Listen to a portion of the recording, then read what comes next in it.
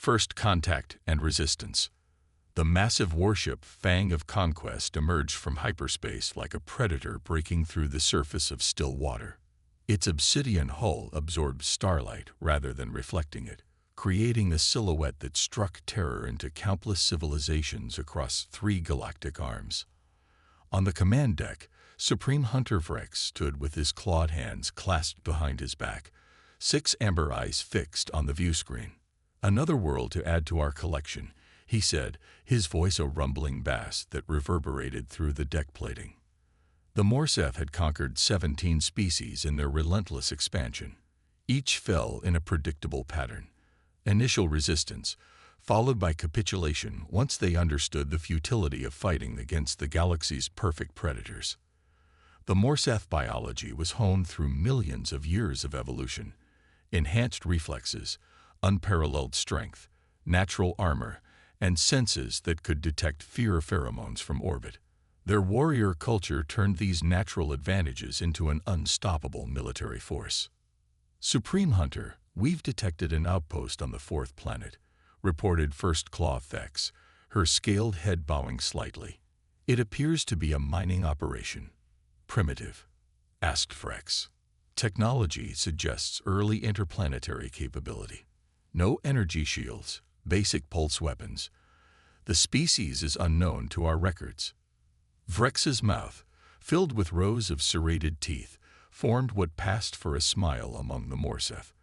"Send a standard conquest party. Let us see what manner of prey we've discovered." The mining outpost on Proxima Centauri IV was humanity's furthest permanent settlement from Earth. 200 miners, engineers, and scientists lived in the interconnected domes that dotted the rusty landscape. Captain Alina Rice was reviewing the morning's extraction reports when the alarms blared. "Unidentified ships approaching," announced the base AI. 3 vessels, configuration unknown. They're not responding to hails." Rice rushed to the command center, where her security chief, Marcus Wong, was already bringing defense systems online. "What are we looking at?" she demanded. Wong's face was grim as he pulled up the sensor readings. 3 ships, each about twice the size of our largest military cruiser. They're moving in a hunting formation I've never seen before. "Alert Earth," Rise ordered, "and get everyone to their emergency stations." The first Morseth landing craft touched down a kilometer from the main dome. The Morseth warriors emerged with the confidence of apex predators, their black combat armor complementing their naturally armored hides. Commander Krex scanned the human settlement with disdain. "Pathetic," he hissed to his squad. "Another species that will serve the Imperium." They approached the outpost, weapons at the ready but not expecting resistance. No species ever offered meaningful resistance during first contact. It was simply the natural order. The strong dominated, the weak submitted. What happened next would become legend in both human and Morseth history. As the Morseth approached, the ground beneath them suddenly collapsed, a carefully disguised pit trap that engineers had installed years ago as protection against the planet's unpredictable local fauna. 3 warriors fell, and while they weren't seriously injured, the indignity of the trap triggered their predatory rage. Commander Krex snarled, signaling for the squad to advance with caution. That's when the mining lasers, tools repurposed as weapons in the span of minutes, opened fire from concealed positions. The energy beams weren't powerful enough to penetrate Morseth armor completely, but they caused pain and confusion. "Return fire," Krex ordered, his warriors blasting at the sources of the lasers. Inside the command center, Rise watched the exchange on monitors. "Keep them distracted," she ordered. "Wong, are the driller drones ready?" Wong nodded. Mining drones reprogrammed and deployed. Outside, the Morseth warriors were firing at the automated defense positions when a swarm of small drones, normally used for geological surveys, swarmed from hidden hangars. They weren't designed as weapons, but the innovative humans had attached compressed gas canisters to them. The drones surrounded the Morseth, releasing clouds of mineral dust that the miners used to detect microfractures in ore. To humans, the dust was a mild irritant. To the Morsath, with their hypersensitive olfactory organs, it was agonizing. Warriors staggered, clawing at their breathing apparatuses as their senses overloaded. Commander Krex, struggling to maintain control, signaled a retreat. "Back to the ships," he ordered. "This prey has teeth." On the Fang of Conquest, Supreme Hunter Vrex received the report with disbelief.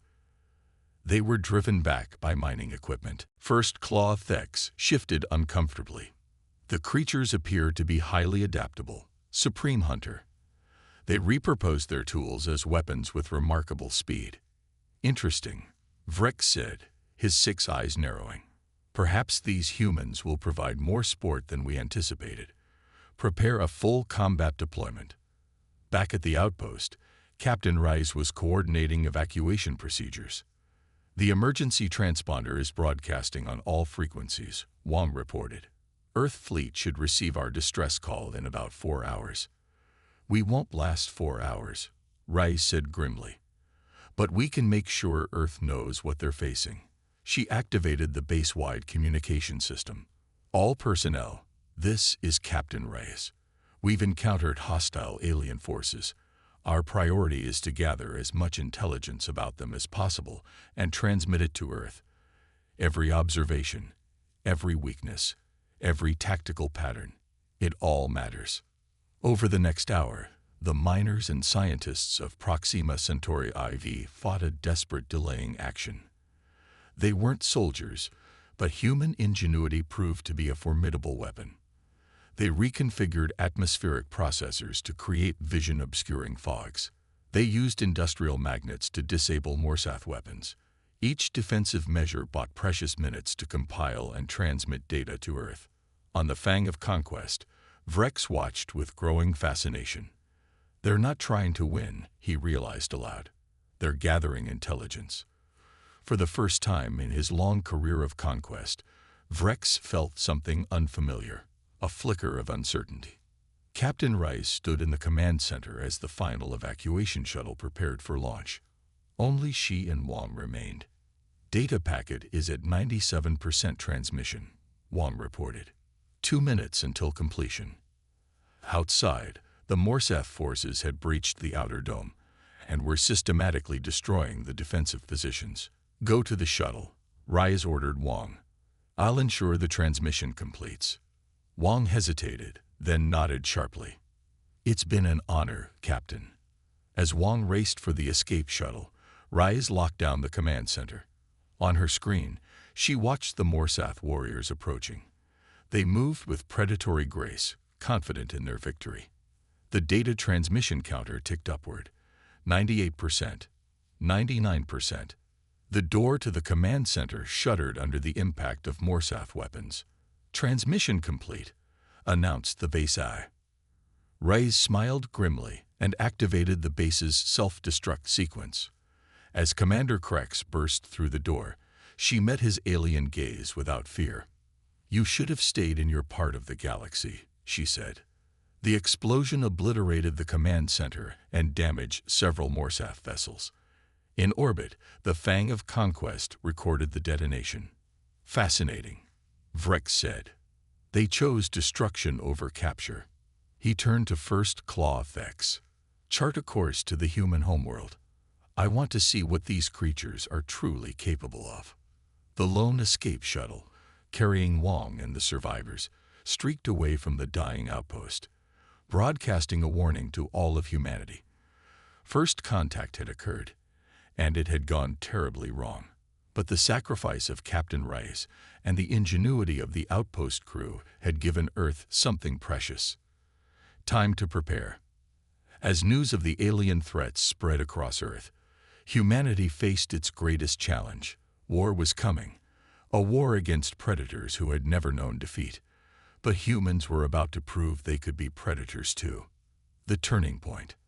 Admiral Hiroshi Tanaka stood on the bridge of the EDF Resilience, Earth's newest and most advanced battleship.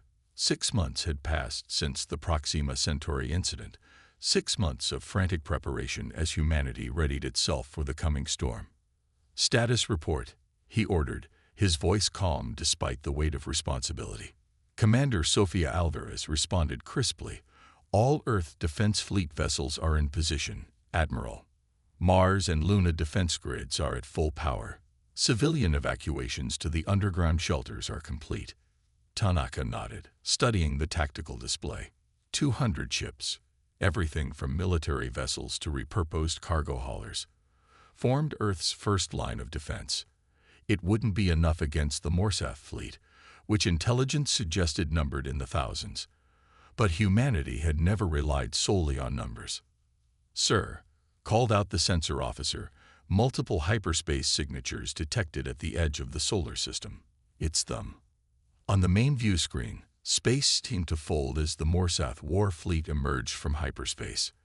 At its center was the massive fang of conquest, surrounded by hundreds of sleek, predatory vessels. "So it begins," Tanaka said quietly. He opened a channel to all Earth forces. "All ships, maintain formation. Remember your training. Remember Proxima Centauri. Today, we prove that humanity will not be hunted." On the fang of conquest, Supreme Hunter Vrex surveyed the human defenses with mild amusement. "Such a small fleet," he remarked to First Claw Thex. "Yet they position themselves as if they expect victory. The data from their outpost suggests unusual tactical thinking," Thex cautioned. "They may have unexpected strategies." Vrex dismissed the concern with a wave of his clawed hand. "No strategy can overcome biological destiny. We are the apex predators of this galaxy. Begin the attack." The Morsath fleet surged forward in perfect formation, their weapons charging. The standard Morsath tactic was overwhelming force, a shock-and-awe approach that had broken the will of 17 other species. What they didn't expect was that humans had been studying those very tactics for 6 months. As the Morsath closed to firing range, Admiral Tanaka gave the order. "Operation Firefly. Commence." Across the human fleet, ships began to release what appeared to be debris. Thousands of small objects that scattered in all directions. The Morsath ignored them, focusing their targeting systems on the larger human vessels. "First salvo, fire," ordered Vrex. Devastating energy beams lanced out from the Morsath warships, only to pass harmlessly through empty space as the human vessels suddenly disappeared from their sensors. "What is happening?" Vrex demanded. "Sensor interference," reported a confused Morsath officer. "The small objects they released are generating false signals. Our targeting systems cannot distinguish between real ships and decoys." The Didris was in fact a network of advanced holographic projectors and signal jammers, developed by combining human technology with insights gleaned from the Proxima Centauri data. Each projector created multiple phantom vessels while masking the real ship's signatures. In the confusion, Earth's fleet executed a complex maneuver, breaking formation and attacking from multiple vectors simultaneously. Smaller, faster human ships darted between the massive Morsath vessels, targeting propulsion systems and weapons arrays with precision strikes. "Adapt," Vrex commanded, his composure slipping. "Switch to visual targeting only." But visual targeting required closer range, and getting closer meant navigating through the swarm of agile human fighters. What's more, the humans had another surprise waiting. "Deploy the Med-USA devices," Tanaka ordered. From several Earth ships, specialized pods were launched toward the largest Morsath vessels. As they approached, they activated, emitting a precise electromagnetic frequency that had been discovered in the Proxima data, a frequency that resonated with the Morsath's unique nervous system. On the Morsath ships, warriors suddenly clutched their heads in agony as the Med-USA devices targeted their enhanced sensory organs. Their natural advantages, acute hearing, infrared vision, and electromagnetic sensitivity, became debilitating weaknesses. Vrex staggered on the command deck, fighting through the disorientation. "How?" he growled. "How did they know?" Dr. Maya Chen watched the battle unfold from the scientific vessel EDF Discovery. As Earth's leading xenobiologist, she had spent months analyzing the biological data transmitted from Proxima Centauri IV. "The Med-USA frequency is working," she confirmed, studying the readings. Their neural activity is disrupting exactly as predicted. Beside her, Dr. Quay Mosai, the quantum physicist who had designed the devices, nodded in satisfaction. Captain Ray's sacrifice wasn't in vain. The biological samples her team collected gave us the key to their weakness. While the Morsath possessed overwhelming physical superiority, their heightened senses made them vulnerable to specific stimuli. The human scientists had weaponized this knowledge, turning the predator's evolutionary advantages against them. Yet despite these successes, the battle was far from won. The Morsath fleet still outnumbered Earth's forces, and the aliens were beginning to adapt, modifying their sensory equipment to filter out the Med-USA frequencies. "We need to strike at their command structure," Tanaka determined. "Commander Alvarez, is the infiltration team ready?" Alvarez nodded. "Lieutenant Commander Novik's team is prepared for deployment." Aboard a stealth shuttle, Lieutenant Commander Anna Novik and her team of 6 specialized operatives prepared for what might be a suicide mission. Their objective: infiltrate the Fang of Conquest and deploy a nanovirus directly into the Morsath command systems. "Final equipment check," Novik ordered, her voice steady. The team verified their experimental camouflage suits, designed to mask both visual and thermal signatures, technology developed specifically to counter Morsath sensory capabilities. The shuttle accelerated toward the massive Morsath flagship, taking advantage of the chaos of battle to approach undetected. Using a cutting laser, they created an entry point near what intelligence suggested was an auxiliary maintenance bay. Once inside, Novik activated her tactical display. "Remember, our target is the central neural network. Plant the device and evacuate. If you're discovered, Protocol Omega is authorized." Protocol Omega, a neural toxin specifically designed to affect Morsath biology, a last resort that would kill both the captured human and any Morsath in proximity. The team moved silently through the alien vessel, avoiding patrols of disoriented but still dangerous Morsath warriors. The ship's interior was uncomfortably warm and humid, optimized for Morsath physiology. Strange organic-looking technology lined the corridors, a fusion of mechanical engineering and biological components. As they approached the central neural core, they encountered heavier resistance. 2 team members fell to Morsath weapons, triggering Protocol Omega and creating a diversion that allowed Novik and the remaining operatives to reach their objective. The neural core was a massive chamber dominated by a pulsating biological computer, part mechanical, part living tissue. Novik quickly attached the device containing the nanovirus to what appeared to be a primary connection node. "Device planted," she reported over the secure channel. Initiating countdown. On the command deck, Supreme Hunter Vrex struggled to maintain control of his fleet as systems began to fail across the flagship. "What is happening?" he demanded. "Unknown infection in the neural network," reported a technician. "It's spreading throughout the command structure, corrupting coordination protocols." The nanovirus was designed not to destroy the Morsath systems outright, but to subtly alter their functionality, changing targeting parameters, disrupting communication frequencies, and most importantly, modifying the hierarchy recognition protocols that were fundamental to Morsath society. Across the Morsath fleet, the rigid command structure began to collapse. Ships received contradictory orders. Warriors questioned their superiors, an unthinkable breach of their deeply ingrained hierarchical instincts. Vrex watched in horror as his perfect war machine descended into chaos. For the first time in his life, he felt something alien to the Morsath psyche: doubt. "First Claw," he ordered, turning to Thex, "initiate emergency protocols. Sever connections with all ships. We will re-establish command manually." But Thex didn't respond.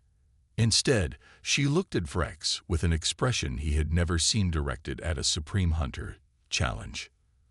"Perhaps," she said slowly, "you are not fit to command." On the Resilience, Admiral Tanaka observed the dramatic change in Morsath fleet behavior. "The nanovirus is working," Alvarez confirmed. Their coordination is breaking down. Ships are breaking formation. Tanaka nodded grimly. All vessels, concentrate fire on isolated targets. Divide and conquer. The human fleet executed the order with precision, targeting Morsath ships that had become separated from the main formation. Without their coordinated defense systems, even the powerful alien vessels became vulnerable. In the chaos, Novak and her remaining team members fought their way to an escape pod. As they jettisoned from the fang of conquest, they'd witnessed the beginning of the end for the Morsath invasion. The massive flagship, its systems compromised and its command structure in disarray, drifted out of formation. Several Morsath vessels, their hierarchy protocols corrupted, began firing on the flagship, perceiving it as a threat rather than their command center. Supreme Hunter Vrex, locked in physical combat with First Claw Thex and other challengers, realized too late the true nature of the human threat. These creatures had not simply fought the Morsath. They had understood them, identifying and exploiting the rigid biological and social structures that had made the Morsath such effective conquerors. As the fang of conquest erupted in a series of internal explosions, the remaining Morsath fleet fell into disarray. Without their central command, without the unquestioned hierarchy that defined their society, individual ship commanders began making independent decisions, some continuing to fight, others retreating to protect their vessels. Admiral Tanaka, recognizing the opportunity, opened a direct communication channel to all Morsath ships. "Attention Morsath forces, your command structure has fallen. Your Supreme Hunter is defeated. We offer you one opportunity. Withdraw from Earth space immediately, or face complete destruction." For several tense minutes, the battle continued. Then, one by one, Morsath vessels began activating their hyperspace drives. Within an hour, the last of the alien ships had disappeared. Small smiled before raising his hand for silence. "Today, we've won a significant victory," he said. "But this is likely just the beginning. The Morsath will return, perhaps with new tactics, perhaps with greater numbers. But when they do, they'll find that humans are not prey. We are survivors, innovators, and when necessary, predators ourselves." As Earth began its recovery, the Morsath Imperium faced an unprecedented crisis. For the first time in their history, they had encountered a species that had not simply resisted but had fundamentally challenged their perception of the natural order. In the chaos following Vrex's death, a new Supreme Hunter eventually emerged. Krell, once a minor commander, had studied the human tactics closely. As he assumed control of the fractured Imperium, he ordered a fundamental reassessment of Morsath strategy. "These humans," he told his newly formed council, "are different from other prey. They do not fight as we do. They do not think as we do. They adapt. They innovate. They exploit weakness rather than confronting strength." One council member hissed in disagreement. "They were lucky. Next time." "Next time," Krell interrupted, "they will be more prepared, not less. We must learn from them even as we prepare to conquer them."